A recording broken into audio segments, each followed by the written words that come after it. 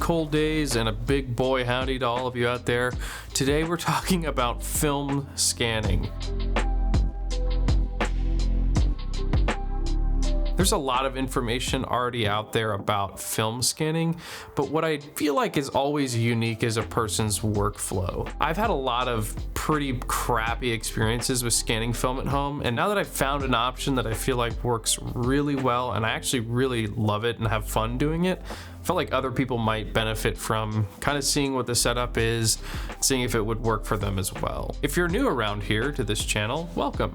My name is Michael. We talk about filmmaking and film photography. If you clicked on this video just trying to learn more about film scanning or add some film scanning methodology to your tool belt, there's definitely going to be some of that in this video. Plenty of tips, plenty of tricks. So let's get into it.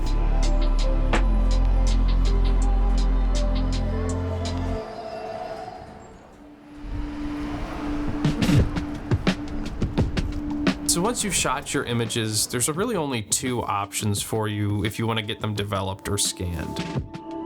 Most people, I think, when they first start is they find a film lab or they send them to a film lab. They're great because they can develop and scan and send them back to you, probably within a week or so. No headaches usually involved. The positives, of course, to having a film lab scan your film for you is they know what they're doing. They've been doing it for a long time.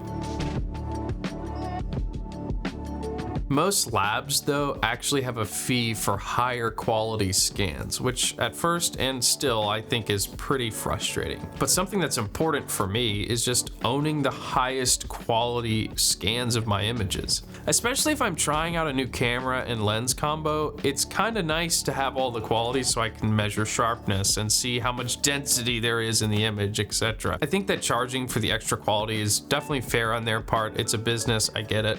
But personally, I just have some preferences that I feel like really lend towards the doing it yourself or doing it at home method, which is why I ended up going that route.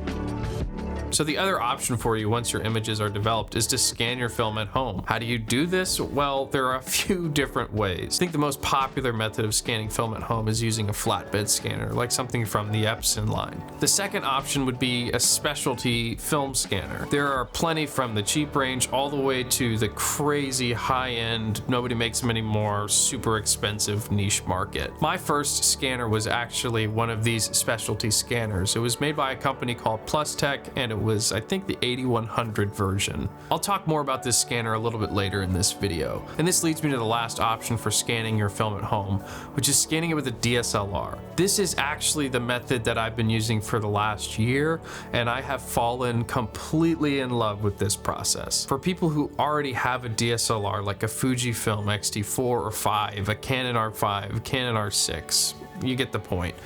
This is honestly, I think, the best option for you if you are a film photographer looking to find a way to scan your film at home.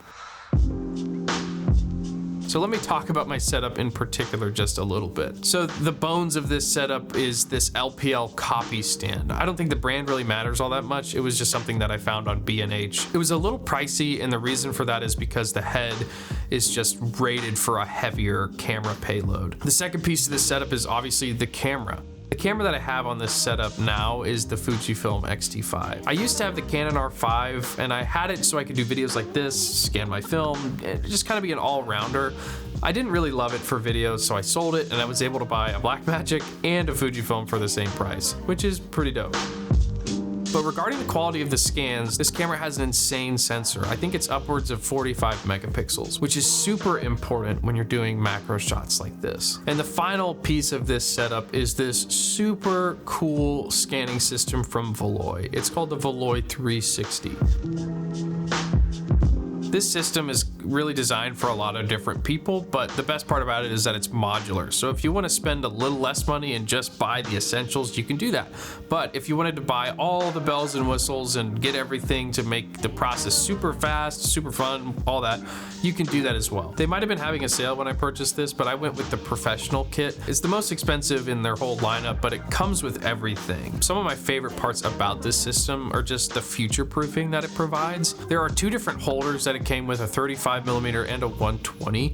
Not only that, they provided an incredibly high quality light. The light that comes with this kit is actually from CineStill. They claim that it has an incredibly high CRI, which is really important for accurate colors in the images. Not only that, it has a couple of different modes on the light, a cool mode, a white mode, and then a warm mode for slide film. When you scan slide film, it's important to have a warmer color temperature for your source light when you're scanning.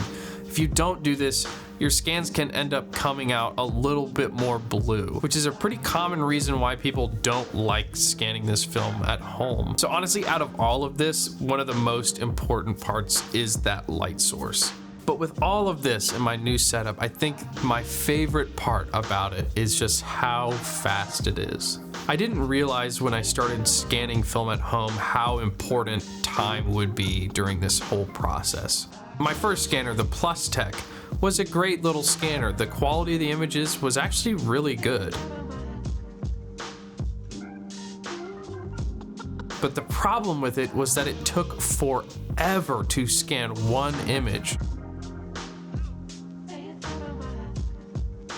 It would take me about 30 to 45 minutes to just scan one roll of film. That doesn't even include the time it takes to cull it and edit them, and crop them, do all that stuff. It was a very brutal experience, and I'm very glad that I don't use that scanner anymore. It was a great system to start with, but when you compare how slow that is to how fast this is, it's like night and day.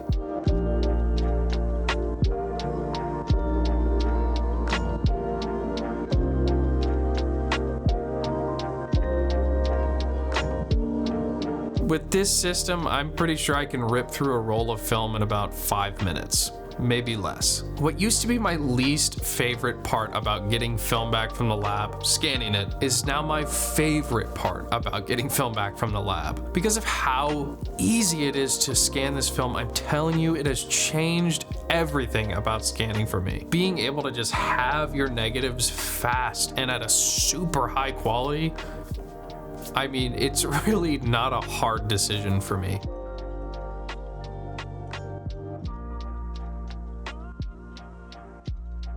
Another thing, and if not the last thing that this scanning setup has given me that I think is honestly the most important, is just reliability. I kind of equate this to having like a color accurate monitor when you're color grading.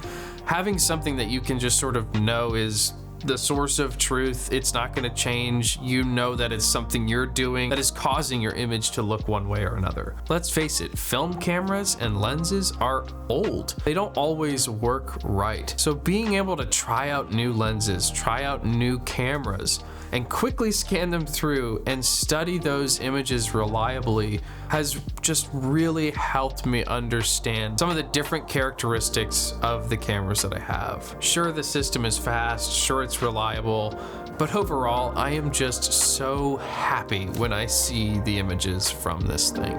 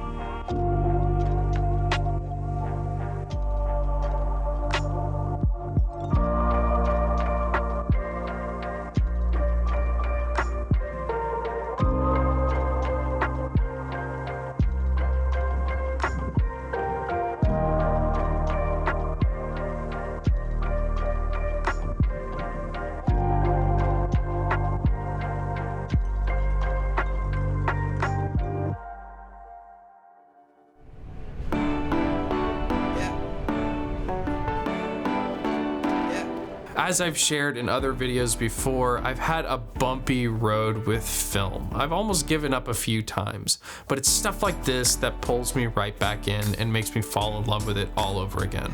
Let me know in the comments what you're using to scan your film, or if you disagree with me on a lot of this stuff. I know it's very opinion based and it's your own experience. I get it. Everybody's different. I'd love to hear your workflow or just how you scan your film. At one point, I'd love to stop saying this, but like and subscribe. If you're wanting to learn more about film photography or filmmaking, I've got a bunch planned for 2024. Looking forward to sharing that with you guys at some point soon. But until then, I'll see you in the next one.